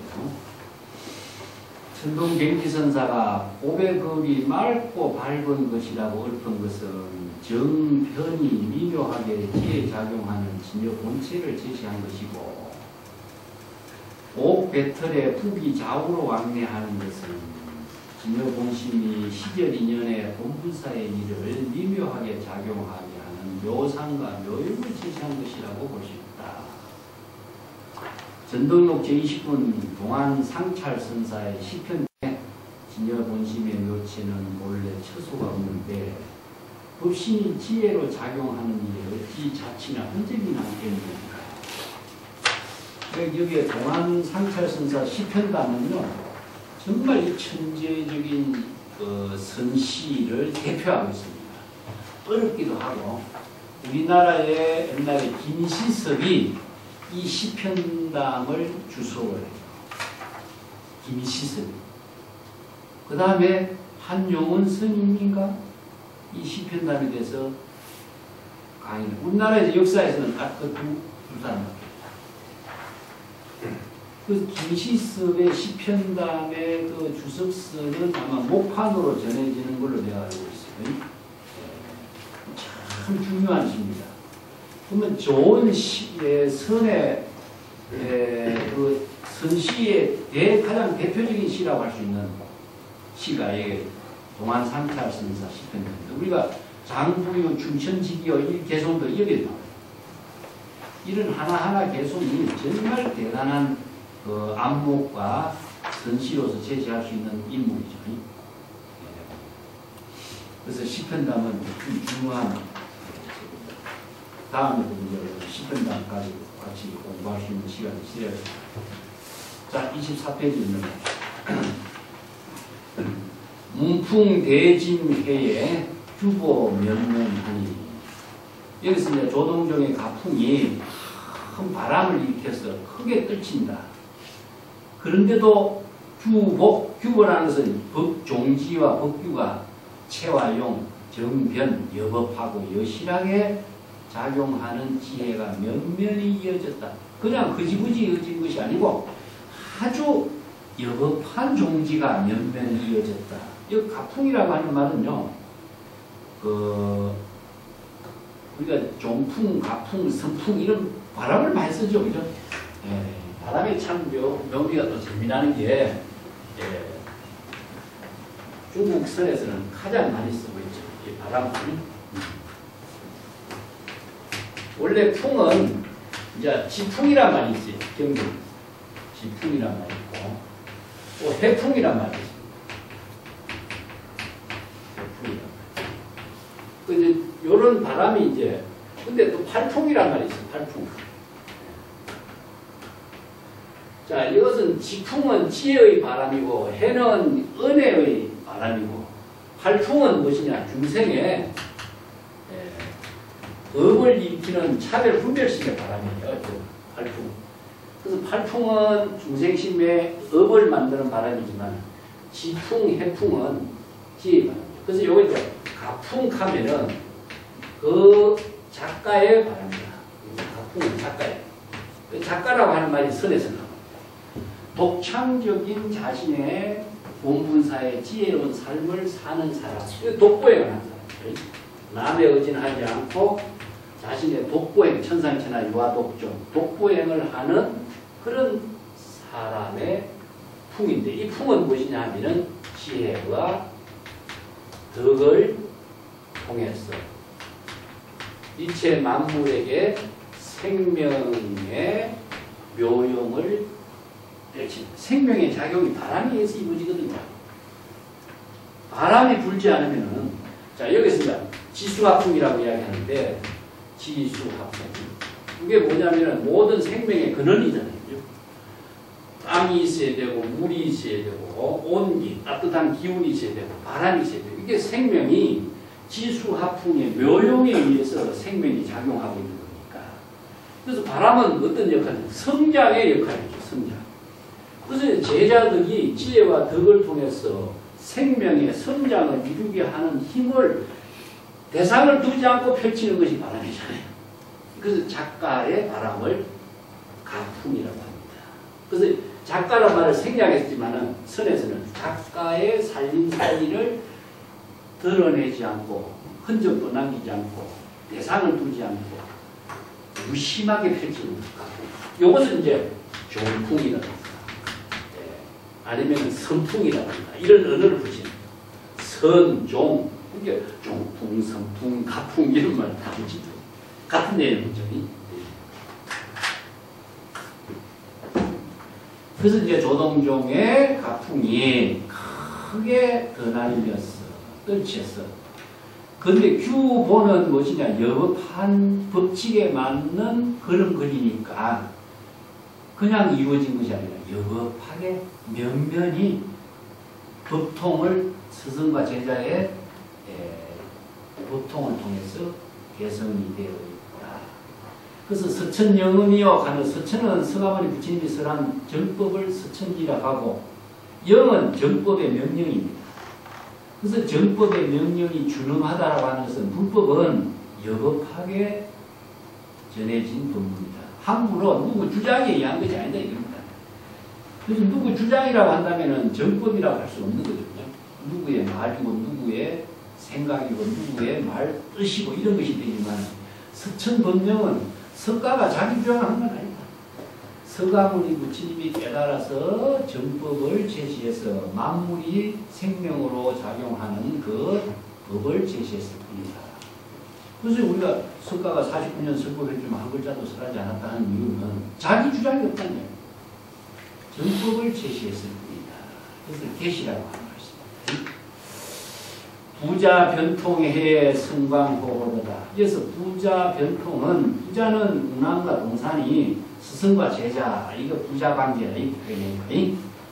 그래서 이제 조동종의 종지가 사실상 운항과 동산에 이 변통 이게 자유자재로 변화하는 그 경지를 변통이라고 하죠. 두 사람이 깨달아 체득한 방편법문의 지혜가 그 성방이보다 성은 그 명성이고 방은 지혜 강명이죠.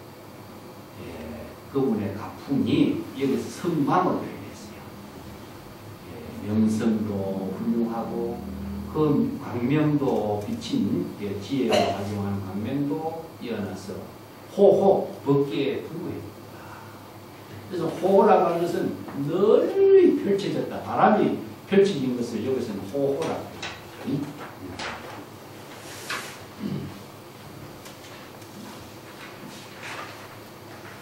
여기 이제 천동경지선사가 이 한식 공안에 대해서 개송을 한 내용들인데 천동경지 얽은 개송의 본질이 뭐냐? 조동종의 종지가 운항과 동산에 있습니다.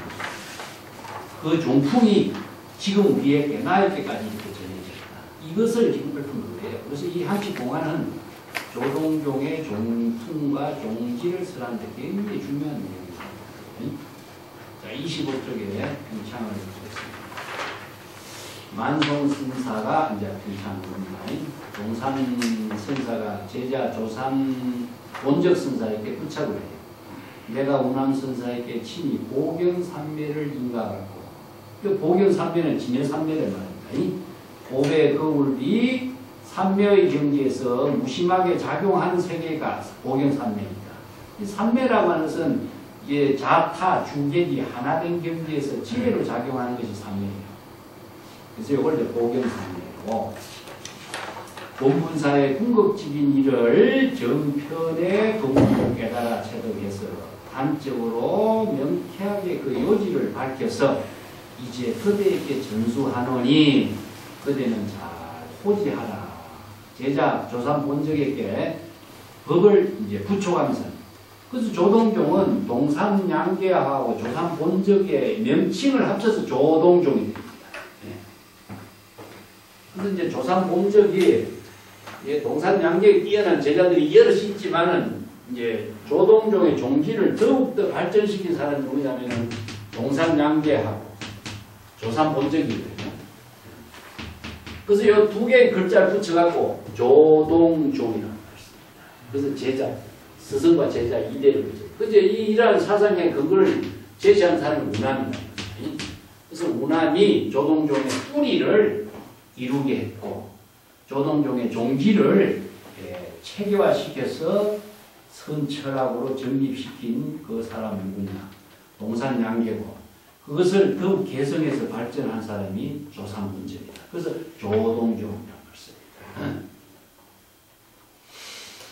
오백거울이 맑고 밝아서 정의와 편의가 해호완전하여 현성함을 분명하게 경험하였고, 이게 이제 그 천동댕직 읊은 개성이죠.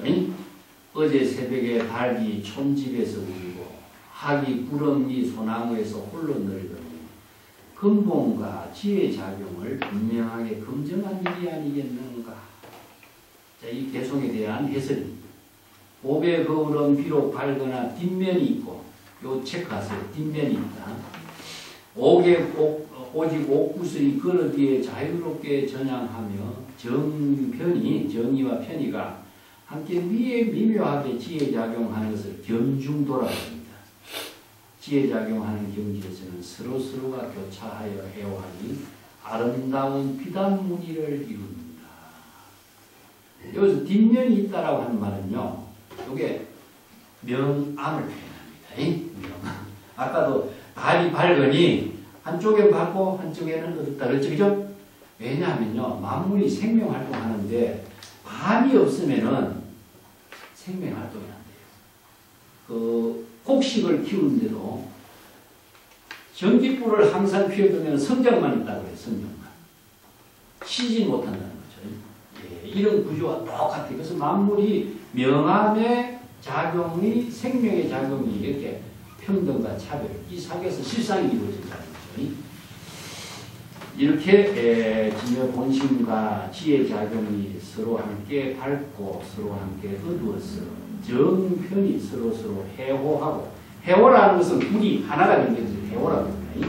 하나가 완전히 되어서 불이 일체가 되어서 불이 일체, 이 해호나 겸도는 거의 같은 말인데 하나 중복되어 가지고 하나로 이루어진 것을 겸도라고 합니다. 주역 계사편에 도가 궁극에 도달하면 변하고 변하면 통하고 통하면 오래 간다라고 하지 않는가. 운암과 동산 부자가 제시한 조동종의 종지가 예법하고 선문에 자유자재하게 지혜로 변동하여 선풍을 크게 떨치게 된 것은 정의와 편의가 해호완전하고, 또 해호완전도 이 용어로 알아두셔야 됩니다. 해호완전도 자유자재하로 하나가 되어갖고 불의의 묘용으로 이루어진 것을 말이지. 그래서 본문사의 묘용을 전개하는 선지의 근원이 깊고 그 흐름이 기력에 미치게 된 효험이라고 할 수 있겠다. 이게 만송인자 해설을 한 분이죠. 진동병지 선사가 얽힌 개송에 대한 간략한 해설입니다. 26페이지 보배 거울에는 비록 발건이 있으나 뒷면이 있다. 이런 말이 있죠. 그죠? 뒷면, 이것은 항상 명암이 함께 작용하고 있다. 이런 이제 의미로 우리가 이해를 하시면 됩니다. 보통 제법의 실상은 다 명암과 함께 작용하고 있는 것이기 때문에 발건 한쪽만 갖고는 작용이 이루어지지 않는다는 사실입니다. 그래서 이 작용하고 있는 그 진실상의 세계를 거울을 가지고도 이렇게 설명하고 있는 거죠. 그래서 밝음과 어둠, 평등과 차별, 정의와 편의, 이것이 바로 불이 하나로서 묘용이 이루어질 때 본분사의 삶이 이루어진다. 그런 이야기죠. 맨 밑에 주역의 말도 이제 여기에서 이제 주역에 사용하는 언어를 여기에서 인용해서 사용할 적에는요, 주역의 말에 맞는 것이 아니라 여기서는 법의 체계에 맞는 말로 사용해요. 그런 점을 유의를 해야 됩니다. 국리진선이라든가 궁적통이라든가 이런 말들이 우리가 잘 일상적으로 사용하고 있지만 이게 주역의 말입니다. 맨 밑에 선지의 근원이 깊고 흐름이 길게 미치게 된 효음, 이게 이제 원심유장지효입니다. 이렇게 하는데 이건 종용록에서도 가끔 언급을 하고 있고 조동용에서는, 병암록에서는 이제 지혜의 안목이 크지 않으면 견해가 좁아 멀리 보지 못하고 물의 근원이 깊지 않으면 물의 흐름이 길지 가지 못한다. 이게 원호법권선사의 말입니다. 그 원호법권선사의 그 유명한 글이죠. 그런 점들은 이제 이런 한마디 한마디 글들이 있고 참 재미있게 펴놨어요. 그런 것도 이제 선어로 공부하는 데 도움이 됩니다.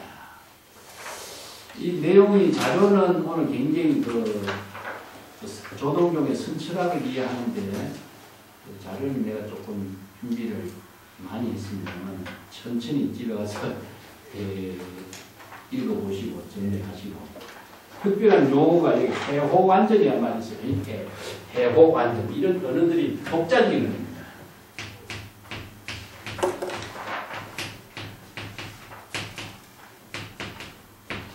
이거 해호완전, 이거는 이제 정편이 해호완전 이렇게 봅니다.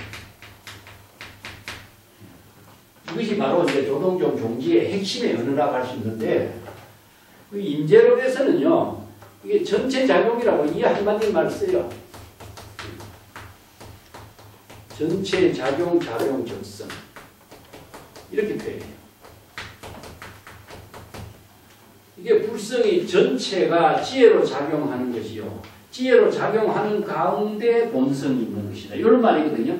이걸 이제 수처작주, 입처대진이라는 말을 써요. 임재의 본문으로서는. 간단해요.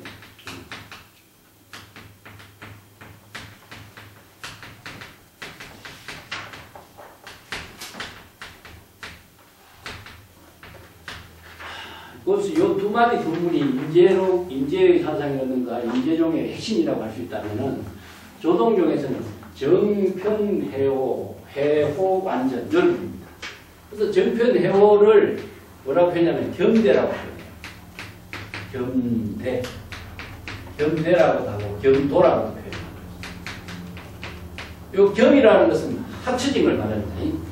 자, 이것을 전체적으로 본다면은 불교에서는 진여삼매를 표현해요. 진여삼매가 바로 열애고 부처의 지혜. 그래서 부처의 지혜, 열애의 지혜를 중국 선생들은 이렇게 언어를 바꿔서 이야기합니다. 그래서 이 내용을 그대로 자기네들이 일상생활 속에서 잘 이해할 수 있는 자신들의 언어로 바꾼 겁니다. 그래서 선생들의 언어가 이럽니다. 그래서 이제 정과 편이 체와 용이죠. 체와 용입니다. 해오는 무엇입니까? 불이에요. 이걸 완전히 무엇이냐? 바로 작용하는. 이게 해오 완전히 무엇이냐 하면은 전이라고 표현하는데, 전은 무엇이냐면은 소반후에 구슬을 놔두는 거예요. 주반상이라고 해요. 주반상. 주반상에 옥구슬이 굴러가는 겁니다. 이것은 구르려고 하지 않고 저절로 구르는 거예요. 그래서 주반상에 옥구슬이 자전하고 있다. 이런 말씀입니다. 그때 요 자전을 하고 있는 모습이 방향을 없어요. 그래서 방향이 없기 때문에 이것을 뭐냐면 미라고 하는데, 방향을 설정할 수가 없이 작용해버리죠. 이것을 바로 해고 완전이라고 합니다.